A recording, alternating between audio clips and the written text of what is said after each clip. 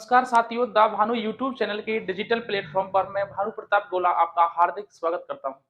साथियों, आज की वीडियो आपके लिए बहुत ही अ, लाभदायक होने वाली है, क्योंकि आज की वीडियो में हम जानने वाले हैं ई रूपी के बारे में, जो अभी अभी न्यूज में चल रही है और उसकी हम चर्चा करने वाले हैं कि ई रूपी क्या है।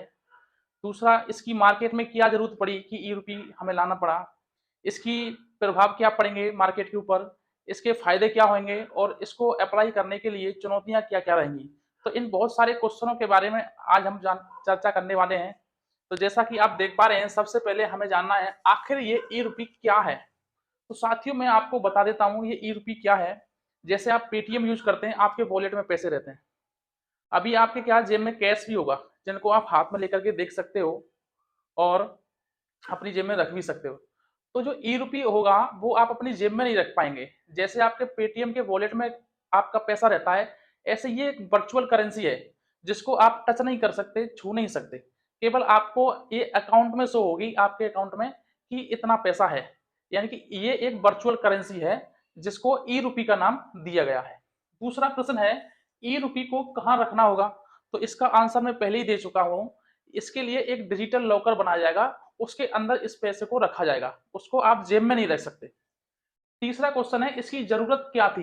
जब पहले से मार्केट में कैश चल रहा था, सारी चीजें अच्छी तरीके से चल रही थी, फिर ई रूपी की क्या जरूरत पड़ गई। तो साथियों, आज के समय को देखते हुए ज्यादातर जो फ्रॉड होते हैं या फिर दो काला पैसा का जो लेन देन होता है, काले धन का, वो कैश में होता है। तो इस काले धन के लेन देन को खत्म करने के लिए ई रूपी की जरूरत पड़ी। आगे मैं बताऊंगा काले धन को खत्म करने के लिए ई रूपी कैसे हमारी सहायता करेगा। नेक्स्ट, कुछ मैं आपको पॉइंट बताऊं। अभी तक ई रूपी को 10 देश लॉन्च कर चुके हैं। और एक चीज और, मार्केट में केवल और केवल 40% कैश रहेगा। यानी कि जो छोटे नोट हैं, जैसे मान लो 10 रुपए का नोट और 100 रुपए का नोट, यहां तक अंदाजा लगाया जा रहा है ये दोनों नोट मार्केट में कैश के रूप में रहेंगे। बाकी का 500 और 2000 का नोट, ये सब ई रूपी में कन्वर्ट हो जाएंगे, ये आपको देखने को नहीं मिलेंगे। ठीक है, तो अभी हम जानने वाले हैं कि ई रूपी के क्या क्या फायदे होने वाले हैं। तो सबसे पहला है, अर्थव्यवस्था में मजबूती आएगी। देखिए साथियों, आज हमारे पास कैश में पैसा रखा रहता है घरों में, जो कि गवर्नमेंट के पास नहीं रहता। जब ई रूपी आ जाएगा तो सारा पैसा गवर्नमेंट के रिकॉर्ड में रहेगा, गवर्नमेंट इसको जहां चाहेगी वहां यूज कर सकती है। यानी कि वो रनिंग में रहेगा। और बहुत सारे लोग आपने देखे होंगे घरों में लाखों करोड़ों पैसा स्टॉक करके रखते हैं, तो वो पैसा मार्केट में नहीं रहता। जब पैसा मार्केट में नहीं रहता तो अर्थव्यवस्था में कमजोरी आती है। जब सारा पैसा मार्केट के अंदर रहेगा तो अर्थव्यवस्था में मजबूती आएगी।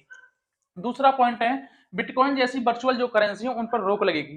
बिटकॉइन का है ना, बहुत ही फायदेमंद भी है और नुकसानदायक भी है, क्योंकि बिटकॉइन के अंदर तेजी से एकदम ऊपर जाता है फिर नीचे आता है। तो बिटकॉइन जैसी जो करेंसी है उन पर रोक लगेगी, यानी कि लोग ई रूपी को इन्वेस्ट करना स्टार्ट करेंगे। तीसरा पॉइंट है, मनी लॉन्ड्रिंग पर नजर रखने में आसानी होगी। जितने भी काले धंधे होते हैं, काले धन का लेन देन होता है, उस पर नजर रखने में आसानी कैसे होगी। अभी तो हमारे पास कैश है, तो हम जब काला धन का लेन देन करते हैं तो छुप करके किसी को दे देते हैं, ऐसे हमने जेब में से निकाले और किसी को दे देते। लेकिन जब हम ई रूपी आ जाएगा तो जो सारे ट्रांजेक्शन होंगे वो ऑनलाइन होंगे और गवर्नमेंट के रिकॉर्ड में रहेंगे, तो हम मनी लॉन्ड्रिंग पर शिकंजा कस सकते हैं। अगला पॉइंट है, विदेशों को राशि भेजने पर लागत में 2% की कमी आएगी। अभी आपको ये 2% है वो कम लग रहा होगा, लेकिन हम करोड़ों अरबों में विदेशों को लेन देन करते हैं तो उसमें 2% जो लागत आती है वो बहुत ज्यादा हो जाती है।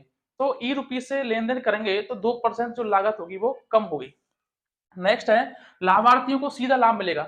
जैसे गवर्नमेंट गरीब लोगों को के लिए कोई योजना चलाना चाह रही है, उनको कुछ पैसा देना चाह रही है किसी के रूप में, सब्सिडी के रूप में या किसी के रूप में। मान लो गवर्नमेंट ने किसी गांव के लिए पैसे भिजवाए गरीब लोगों के लिए, तो वो पहले गांव के प्रधान के पास आएंगे, कैश आएगा तो उसमें से आधा कैश तो प्रधान ही खा जाएगा। जब ई रूपी का चलन हो जाएगा तो सारा जो पैसा होगा, जो लाभार्थी रहेगा उसके अकाउंट में जाएगा, तो वहां से लाभार्थियों को सीधा फायदा मिलेगा। तो ये भी एक बहुत अच्छा फायदा है ई रूपी का। नेक्स्ट है, बैंकिंग, मौद्रिक नीति और वित्तीय स्थिरता में सकारात्मक प्रभाव आएंगे ही। नेक्स्ट है, नोट का प्रिंटिंग लागत घटेगी। अभी क्या ना, नोट को प्रिंट करने में बहुत सारी लागत आती है। तो ये अभी मैं आपको एक आंकड़ा लिख करके लाया हूं, बता देता हूं कितनी लागत आती है नोट को छापने में। तो छापने में लगभग 5,000 करोड़ की लागत आती है नोटों को छापने में। तो ये पूरा पैसा बचेगा और देश के लिए यूज होगा। तो ये बहुत सारे इसके फायदे हैं। नेक्स्ट है, काली धन पर लगाम, मैं आपको पहले ही बता चुका हूं। अब बात आती है, जब ये ई रुपया मार्केट में चलन में आएगा तो इसके लिए कुछ चुनौतियां भी होंगी।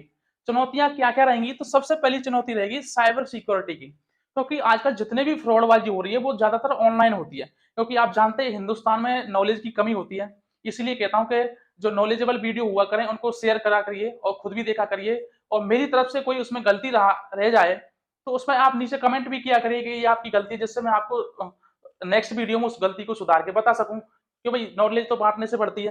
तो साइबर सिक्योरिटी, क्योंकि हिंदुस्तान अनपढ़ों का देश कहलाता है, ज्यादातर लोग अशिक्षित हैं, तो वो चलाना नहीं जानते कि ऑनलाइन हमने नेट से कैसे ट्रांजेक्शन करना है। एक चीज और बता देता हूँ, इसका जो भी ट्रांजेक्शन होगा वो विदाउट नेट के पॉसिबल रहेगा, ठीक है। तो साइबर सिक्योरिटी का खतरा रहेगा। दूसरा है ग्राहकों के बीच स्वीकार्यता। अभी तक क्या करते हैं भाई, हम किसी को कोई माल सप्लाई करते हैं, कोई प्रोडक्ट सप्लाई करते हैं बल्क में, तो वो क्या करते हैं यार, रियल एस्टेट में ले लो सीधा सा, हमने किसी को अपना प्लॉट बेचा, उसके जो सर्किट रेट है वो 10,000 रुपए गज का रेट है, तो 100 गज का प्लॉट आपका 10 लाख रुपए का हो गया सीधा सा एक नंबर में। लेकिन उसी प्लॉट को हम 20 लाख रुपए में बेचते हैं, 20,000 रुपए गज के हिसाब से, तो बाकी का जो 10 लाख रुपए एक्स्ट्रा हम ले रहे हैं वो कैसे लेते हैं? वो कैश में लेते हैं। तो यहाँ पर ये सारी चीजें खत्म हो जाएंगी, क्योंकि सारा पैसा हमें एक नंबर में दिखाना पड़ेगा, ठीक है। तो अब हम अपना प्लॉट बेचना चाहते हैं, तो इसमें ग्राहकों को भी स्वीकारता भी एक चुनौती रहेगी, कोई इसको स्वीकार करेगा, कोई इसको स्वीकार नहीं करेगा। नेक्स्ट है इंफ्रास्ट्रक्चर विकास की आवश्यकता पड़ेगी। जब भाई पूरे देश के अंदर इसको अप्लाई किया जाएगा तो इसके लिए बहुत सारे सिस्टम, हार्डवेयर और सॉफ्टवेयर की जरूरत पड़ेगी, ये पूरा इंफ्रास्ट्रक्चर बनाना पड़ेगा। नेक्स्ट है डिजिटल डिवाइड, पूरा डिजिटल डिवाइड बनाना पड़ेगा। मैंने बोला ना ये सारे ट्रांजेक्शन विदाउट नेट के भी पॉसिबल रहेंगे, तो पूरा डिजिटली डिवाइड बनाना होगा कि देश के हर एक हिस्से में ये इसका लेन देन पॉसिबल हो सके। तो साथियों आज की वीडियो में हमने जाना ई रूपी के बारे में। ई रूपी को लेकर के आपके माइंड में कुछ और भी क्वेश्चन होंगे तो वो आप कमेंट बॉक्स में लिख सकते हैं, जिनको हम नेक्स्ट वीडियो में क्लियर करेंगे। तो साथियों आज की वीडियो में इतना ही, फिर किसी दिन मिलते हैं एक नए टॉपिक के साथ। धन्यवाद।